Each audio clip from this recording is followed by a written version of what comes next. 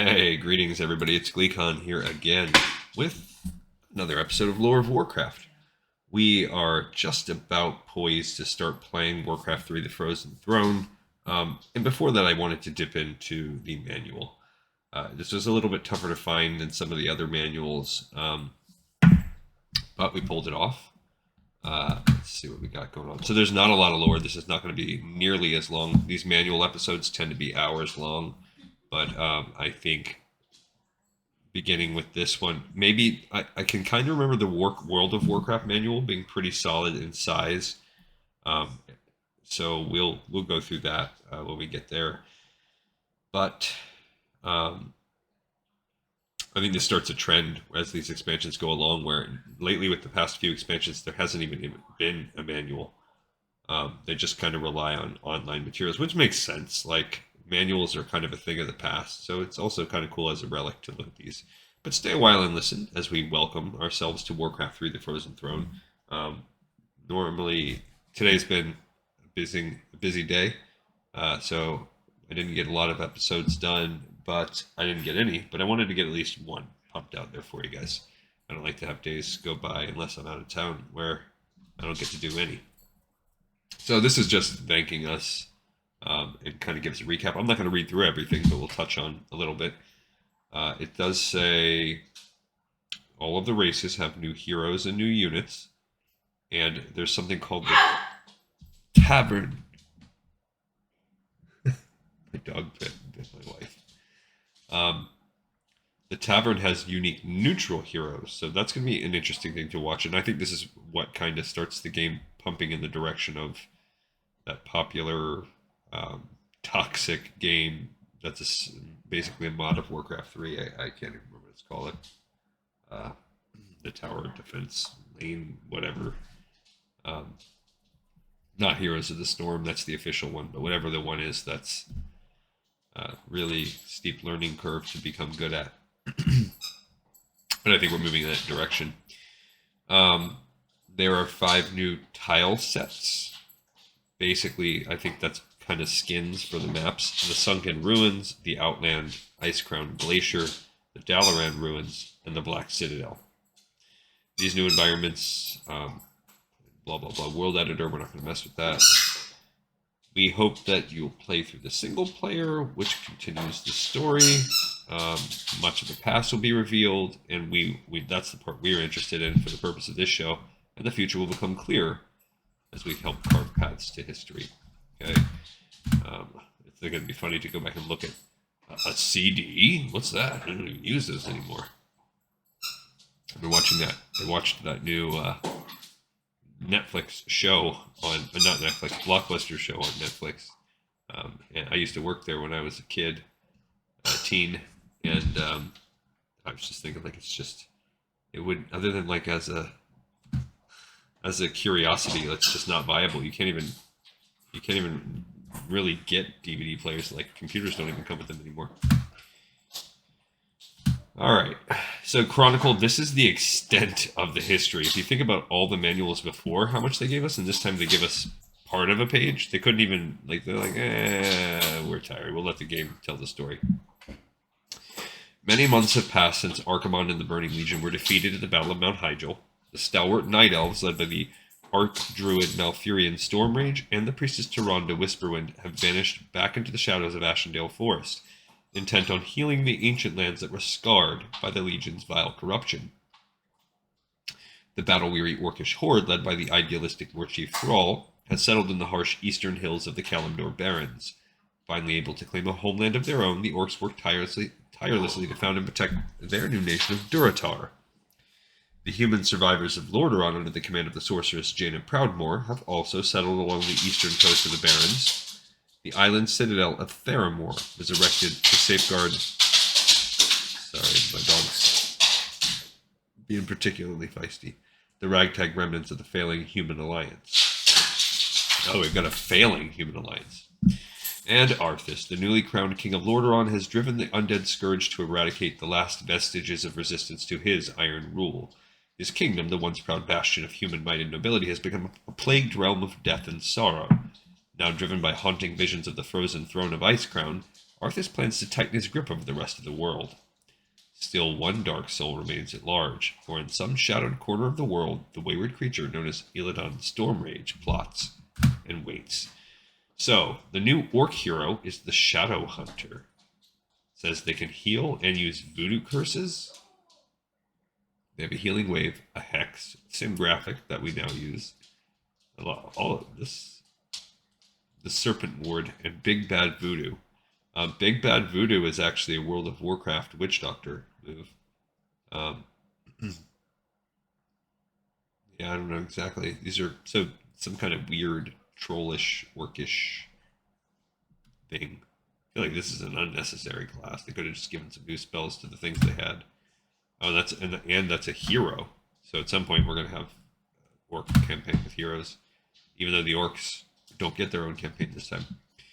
Troll Bat Riders, that's cool. That throw bombs and liquid fire. Spirit Walkers, so these are basically Tauren druids. That's awesome. Disenchant. That's one of the graphics from the game. The buttons. Ancestral Spirit. That's cool. They can raise dead. Okay. So they're kind of like healer druids. Voodoo Lounge. Nice. Okay, the orcs can upgrade their trolls to berserkers like they could in Warcraft 2. They can add armor to their defenses, and they can get burning oil for their catapults. Alright, so the new human hero is Blood Mage. So human is lightly used because really that campaign is going to become the Blood Elf campaign. And they're basically a Blood Elf mage. Flame Strike. Banish. Slows them and turns them invisible. Interesting. So, weird. So it makes them be able to use magic, but they're also weak against magic. I don't know. They can siphon magic. And ultimately, they have a phoenix. So that's kind of cool. And they do have phoenix. The Blood Elves do have phoenixes, so that ties into that because of the Sunwell and all that stuff. New humans, they have this elven spellbreakers. These are probably Blood Elves. They can control magic, steal spells, and they have Dragonhawk Riders, which we've talked about those in a lot of our books. And now we're going to basically, well, there were Dragonhawk, right? There were Dragonhawks, I think, in the first Reign of Chaos. Neat. An arcane vault with an arcane tower, and they can upgrade their things to have rocket barrages, flak cannons, and fragmentation shards. So just upgrades for all their explosive people. The undeads have the Crypt Lords. Those are probably the big Nerubians that we know what they look like, but now we're going to probably see in this game for the first time. They can impale. And he's a hero. Locust Swarm. They have some carrion beetles. They have obsidian statues. Essence of Blight. Let's see. They have destroyers, large flying units. I wonder what that's going to look like. Maybe like mega gargoyles or something. That's cool. They have the Tomb of Relics and a Nerubian Tower. So you're going to get more Nerubian type stuff, it sounds like. They can upgrade Skeletal Mastery. Oh, so it just makes it where they can also summon skeleton mages. Exhume corpses. Oh, that's cool. Meat wagons generate corpses like a graveyard. Interesting. And I don't remember if they use those corpses basically for the people to eat. The Night Elves have the Wardens, which that's Maiev, Phantom Knives, Blink, Shadow Strike. Their ultimate is Vengeance. They go into a mega avatar form, resistant, and they get spirits to help them from corpses. That's cool. These spirits of vengeance. They can also get mountain giants. That's neat. I mean, the mountain giants do exist in World of Warcraft, but so we're going to start seeing some of these Titan creations. That's cool. And fairy dragons. I thought you could get fairy dragons in the last game. Maybe not, though. Which it's weird because, yeah, they're small, quick. I was going to say, I didn't think fairy dragons are very strong. The Ancient of Wonders is where they can get some new upgrades. They can cast Roar while in bear form and Fairy Fire. Oh, so they can just basically use some of their moves, I guess. I don't know. And there's some of these neutral buildings now. Now there's Goblin shipyards, so they can transport over water. Oh, backpacks. Non-heroes can carry items. Interesting. So there's the Naga Sea Witches that shoot all kinds of magic. Pandaren Brewmaster. So we are getting Pandaren. And this is, I was wondering that. I think in one of the past episodes I talked about, or maybe I was just wondering this to myself. I was thinking Mists of Pandaria is really the first game that talks about a land that didn't exist, but that might not be true if this is true. If this is really this old, if this is the original manual, then Pandaria has been referenced as far back as Warcraft 3. And that would make, not counting Warlords of Draenor, that would make Shadowlands kind of the first expansion where they go to a land that's not mentioned before. But the Shadowlands is vaguely mentioned. The Dragon Isles that we're about to do, that would be the least mentioned in any of the lore. Shadowlands is that's a technicality. Okay, we got some Beastmasters. That's cool. Kind of like a hunter. Dark Rangers, which we talked a little bit about that. They're going to be the evil ones that work for Sylvanas. Pit Lords, some big fat demons. I think we fought some of those already.